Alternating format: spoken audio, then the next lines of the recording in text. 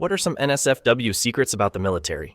I don't know if this qualifies as NSFW or is unique to the military, but when you are required to provide a urine sample, it must be witnessed by another service member. So, on any given day, since it's random, you might be called to pee into a cup while another person stares at your junk. I once got called for urinalysis on a day when I had terrible diarrhea. The observer had to watch me shit just in case I was also able to pee in the cup. I was dehydrated, so it took a long time to finally pee. In addition to watching me shit liquid, this dude had to look at my dick 3 or 4 different times. It was a bad day for both of us. Edit. Thanks for the awards. Never thought my top comment would be about shitting during urinalysis. I don't know how much of a secret it is, but if you're in the military or married to the military, the odds of you being cheated on sexually, or being the cheater, increase drastically compared to your civilian peers. Military is kind of a small world socially. Example, one of my troops, Troop A, cheats on spouse with another military person, Troop B. Troop B has a guilty conscience and confessed to Spouse B, also a military member. Spouse B is upset, and when the commander inquires, Spouse B tells the commander, who is the parent of Spouse A. Commander calls Troop A and tells them they knows about the affair and that Troop A needs to tell his spouse or they will.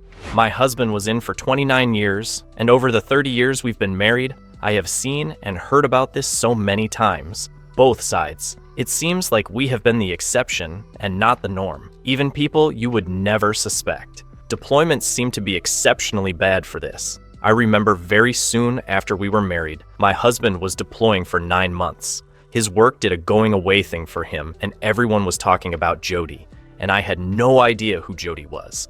I asked him later and he told me. It kind of made me mad because all these people were telling him I was going to cheat on him while he was gone. We were younger then, and I guess I was naive. Another few deployments, and I found how prevalent it is. It's shitty on both ends.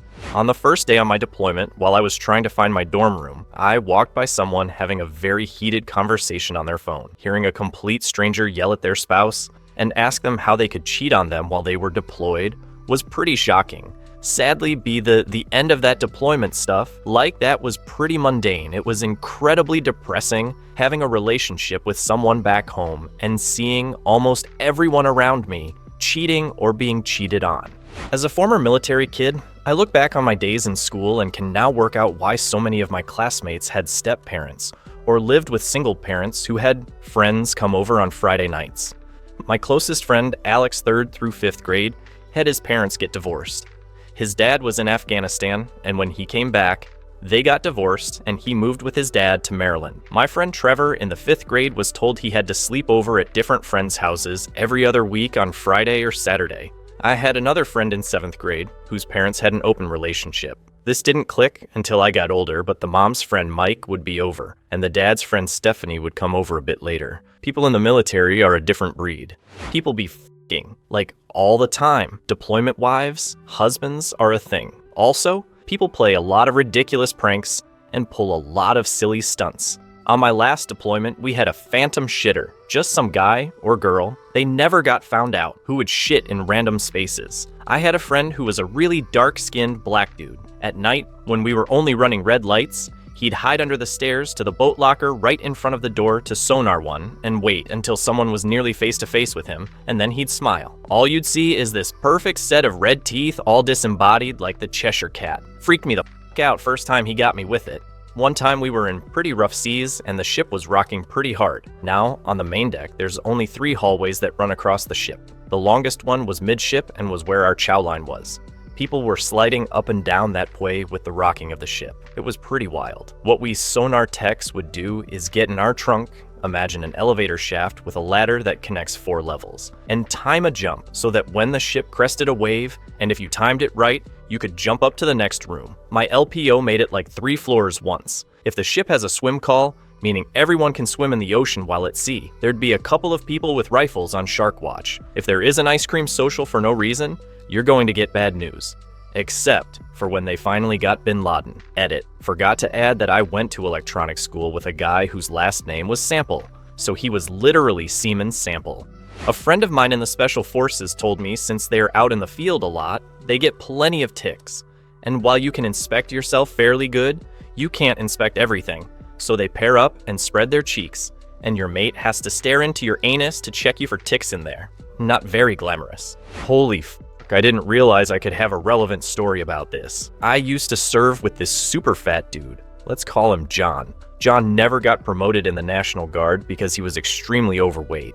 Towards the end of his contract, he was knowledgeable, but he still couldn't pass height and weight standards, and so was a PFC, and everyone dismissed him. I was new and knew John had knowledge, so I stuck with him. One day in the field, the dude says, "Hey man, can you do me a solid?" And then proceeded an event in which he pulled down half his trousers and spread his fat ass a bit while I checked for ticks, in the dark, with a flashlight. So, like, I really had to look. Was it a mole? Dirt? Shit? Number indeed. John had a f***ing tick smack in the middle of his ass line between two of the fattest ass cheeks a man could have. Edit. I hate you guys for making me remember this event, but no, I didn't remove it for him.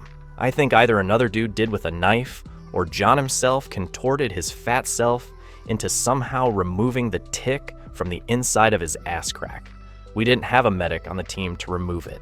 I was in the Navy in the early 90s. I spent a total of a few months in the Philippines and Thailand. We were handed a box of condoms before we left the ship. Some of the things I saw: walk into a bar and have 5 to 10 girls run up to you to try to get you to pay their bar fine, rent them for the night. Walk into a massage parlor and see 30 women behind glass with numbers on their shirts, and you picked one. A bar where women shoot ping pong balls out of their vajayjays, pull strings of razor's blades out of them, or stick a whole banana up and drop out slices.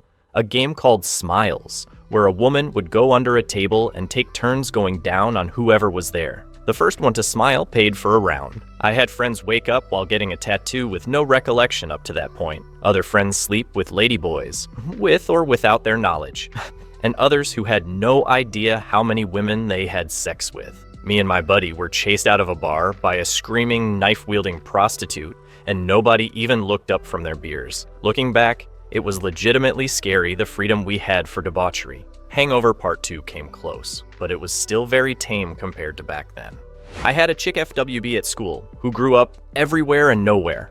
20 minutes after first meeting her, she was hanging with my new roommate, and I in our room says, "These clothes are uncomfortable," and before I could even turn my head, she was naked on my bed. She had later confided in me that she started f***ing soldiers on base at 13, and a lot of times it was consensual, and she said she was definitely not the only child being assaulted, raped. I stopped messing around with her for a long time after that, and was just a good friend for her to lean on, until SR year when she was still very much in therapy, and we tried dating slowly. It didn't work out, but I always wish her the best.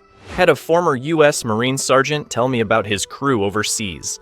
One of them bought a fleshlight and they all shared it, and all of them got chlamydia. These f***ers didn't clean the damn thing before they shared it. One of my commands, I'm Army, had a BN with some women who ran a prostitution ring of themselves. The one woman I knew who claims she knew what was going on, I didn't believe her for a second, but I was busy that day and didn't call bullshit on her. The supply sergeant, I actually had to f***ing work, said they made about $40,000 as a group before they got caught 4 months into their deployment. Gross. I personally saw people f***ing in the porta-johns. Had one of our range NCOs at Basic tell us about his jack. After every firefight, he would masturbate. It started in Panama for him. He called it his Panama Jack. I mean, you do you, Sarnt, but why you telling me? Later in life, I had CID close down my building for a few days, and a COL was arrested when they found his BDSM shack on our maintenance facility. I got more, but these are the ones worth writing down. The others are pretty normal and cheating at work. We nasty. There's a lot of sexual abuse, a lot of blackmail, a lot of covered up rapes, a hell of a lot of cheating, coercion, threats, etc. There's also plenty of smuggling, fraud, theft, and so on. It always makes me laugh when people romanticize the military and troops as honorable, professional, and brave. I joined as soon as I was 18, and being around such shitters damaged my perception of society in general. I met a handful of decent people in 10 years though. I thought it's probably the same ratio of dickheads to normals in civilian street. But no, that's not true. I've met way more serious criminals in the military than I have as a civilian. But the worst thing about it all is that if it can be covered up, it will be. Officers get the best treatment in this regard. But make no mistake, if the behavior of such crime becomes too public and it threatens the PR of the services, the only way you're covered is if you're a royal or close friend of one. Thank you for watching. Write comments, put likes. Do not forget to watch other videos.